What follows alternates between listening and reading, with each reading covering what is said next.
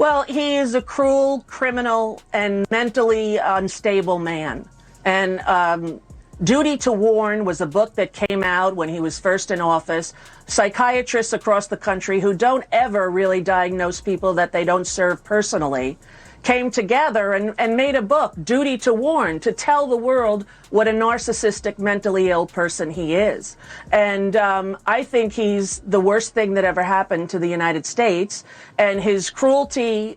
Rosie O'Donnell just torched Trump so badly Mar-a-Lago might need a fire department on speed dial. She went in hard, no filter, calling him out for his endless rants, reality TV delusions, and that ever-growing list of lawsuits. But hold on to your wigs. Trump's meltdown was instant, explosive, and absolutely unhinged. Caps lock tweets check bizarre. Insults, you bet. It's a battle of the titans, and Rosie just wiped the floor with him, mop bucket and all. Mainstream media. You're not doing your job. And you haven't since he came down that escalator. You haven't been doing your job. If you would have told the truth about him from the beginning and stood up to the lies that Mark Burnett sold America on The Apprentice, we wouldn't be in this position. But you normalized Trump, and that's what Time Magazine did. Man of the Year, Donald Trump. Well, you, Time Magazine. You, seriously. The internet didn't just catch fire, it spontaneously combusted the second Rosie O'Donnell lit up Trump like a Christmas tree in Times Square. The clip, pure dynamite. Rosie unleashed a verbal tsunami so brutal even Trump's spray tan looked like it was sweating within minutes. Twitter X was a war zone of laughing emojis, shocked reactions, and mega diehards furiously typing in all caps. Where were you when, in the 2016 primaries, Trump starts insulting you? Did you see that live, or did someone tell you Trump's talking about you right now? I was watching it live. You were watching it live. And my kids were in the room with me. Ugh. And they said, Mom, what, did he just say you? I go, yes, he did. And he's not only insulting me, he's insulting any woman that he doesn't think lives up to his standards of what a woman is. And that's the kind of person that this man is, and why he's a danger to the world. So what triggered this epic meltdown? Oh, just decades of built-up frustration. Trump has been hurling insults at Rosie since flip phones were still a thing, calling her everything from a slob to a loser, like some broken record stuck in 2006. But this time Rosie wasn't just clapping back, she was launching an all-out comedic airstrike. Maybe it was one too many Truth Social rants, or maybe she just woke up and chose violence, but she went in like she had a score to settle. Like the Rosie O'Donnell debate. I like debating when you have a crazy. Remember the Rosie O'Donnell? Yeah, it was very funny. Megan, crazy thing, Megan. That was a hell of a question, man. If I didn't come up with that answer, it was a great line. You've called women you don't like fat pigs, dogs, slobs, and disgusting animals.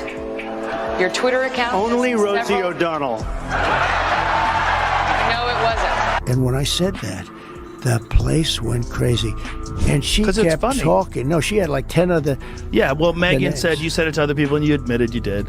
But it was... And settle it she did. The internet exploded instantly within the hour. The video was climbing faster than Trump's legal fees. TikTok was flooded with remixes, reaction videos, and Gen Z summarizing the beef in 30-second clips. Twitter X trended with hashtags like Shot Rosie Goes Nuclear Shock Trump Meltdown 2025, and someone check on Mar-a-Lago. Even late-night hosts barely had time to finish their monologues before rewriting them to include Rosie's roast. Are you watching this moron speak?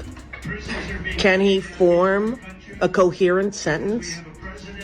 He is the worst thing that ever happened, period.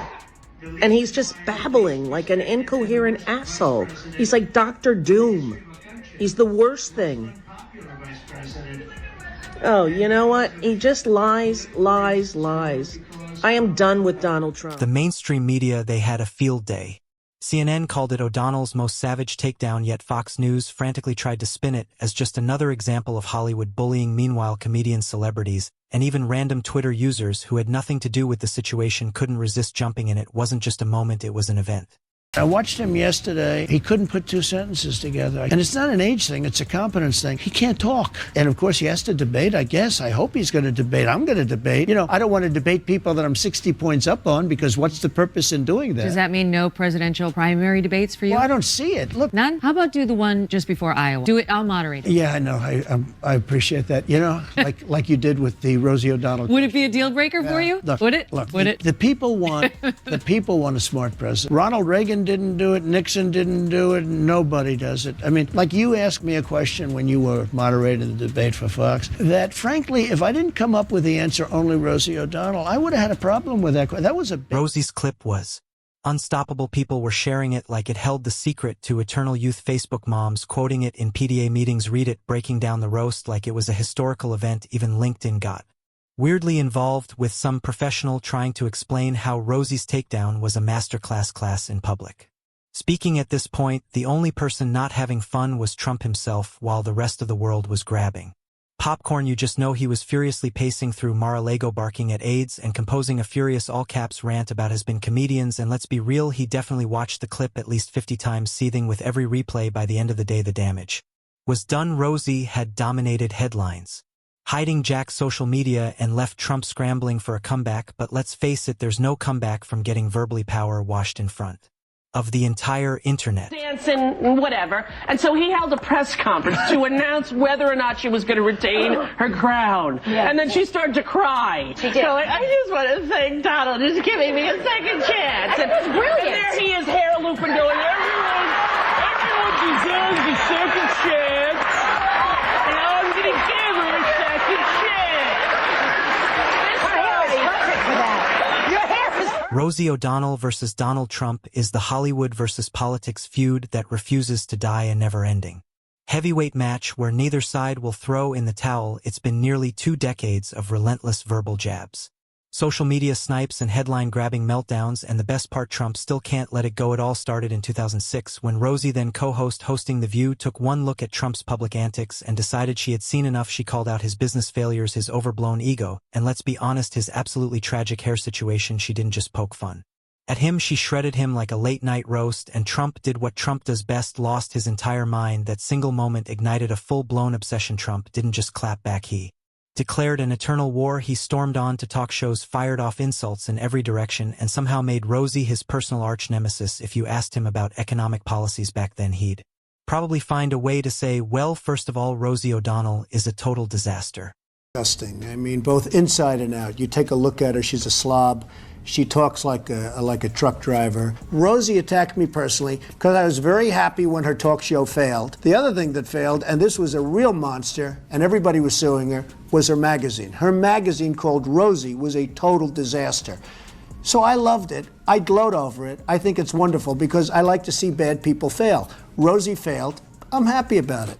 And he didn't stop years past, but Trump kept bringing her up like a scorned ex who just couldn't move on. In 2011, he hopped on Twitter, before it was X, back when social media was still kind of tolerable, and hurled out another round of name-calling. Then, during the infamous 2015 GOP debate in front of millions of Americans watching live, he somehow managed to make Rosie O'Donnell an official part of the presidential discourse. Asked about his long history of sexist comments, Trump had a golden opportunity to smooth things over. Instead, he grinned, shrugged, and said only Rosie O'Donnell. That moment, it proved that Rosie wasn't just another celebrity he disliked, she was an obsession. While most presidents were out making foreign policy decisions, Trump was still fuming over a joke Rosie made when flip phones were still in style. The fact that he kept revisiting their beef, unprompted, in presidential level conversations, absolutely unhinged.